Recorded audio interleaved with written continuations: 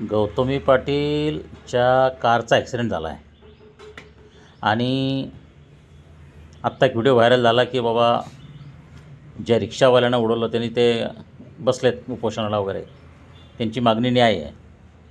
आणि त्याहीपेक्षा भन्नाट म्हणजे चंद्रकांत पाटील, आपले संघाचे सुसंस्कृत नेते आणि मंत्री, ते DCPला फोन करून सांगत आहेत की गौतमी पाटीलला उचलायचं की नाही उचलायचं.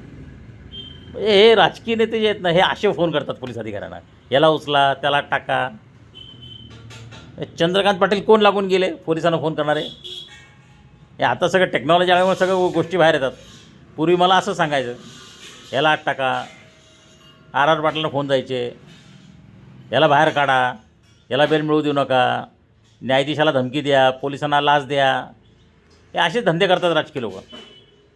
गौतमी पाटीलच्या विरुद्ध ज्यांनी तक्रार दिली ती तक्रार पोलिसांनी घेतली का? हां, एरवी हे कायद्याची भाषा करतात लोक. बरं, त्यांनी तक्रार दिली, पोलिसांनी घेतली का? का नाही घेतली? अरे, आपल्या ज्या व्यवस्था आहेत ना, त्या नीट करा ना. राजकीय दादागिरी करायची काय गरज आहे? म्हणजे गौतम पाटील असो, गाडी असो, उचला तिला. उचला म्हणजे काय? का डान्सचा कार्यक्रम ठेवायचा का? सुपारी घेतली का तुम्ही? आणि मी तुम्हाला आत्ता सांगतो, गौतमी पाटीलला लगेच जामीन मिळणार. आणि तिला झालं तर काय होईल? पोलीस कस्टडीत काय इन्क्वायरी करणार डोंबल्याची?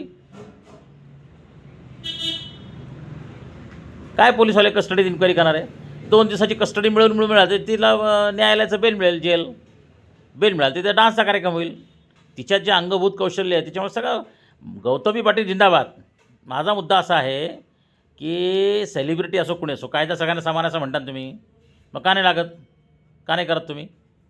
कशाला मंत्र्याला फोन करायची गरज आहे? थोडक्यात गौतमी पाटीलला तत्काळ वेळ मिळणार, कारण पोलिसांपासून न्यायालयापर्यंत, वकिलापासून तर जेलरपर्यंत सगळे त्यांच्या हाती आहेत. हां, असं आहे. हा आपल्या देशाची लोकशाही आहे. जय लोकशाही.